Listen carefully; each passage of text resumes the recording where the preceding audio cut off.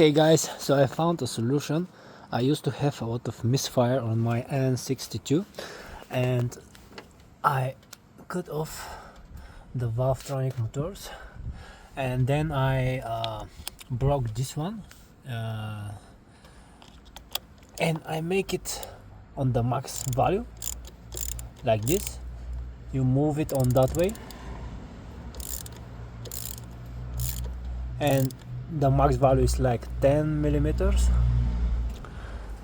and this will give you the full power of the engine. Try it guys. I'm not joking. Yeah, so this will be the max value,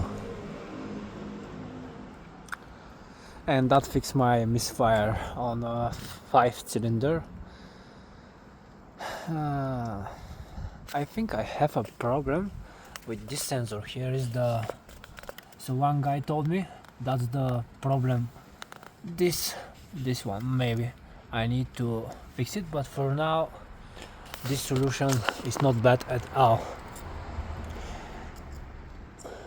It runs really smoothly and nice. At the height RPM I have really nice power. Maybe I lose at the low RPM just a little bit of power, just a little, but it's totally fine for now.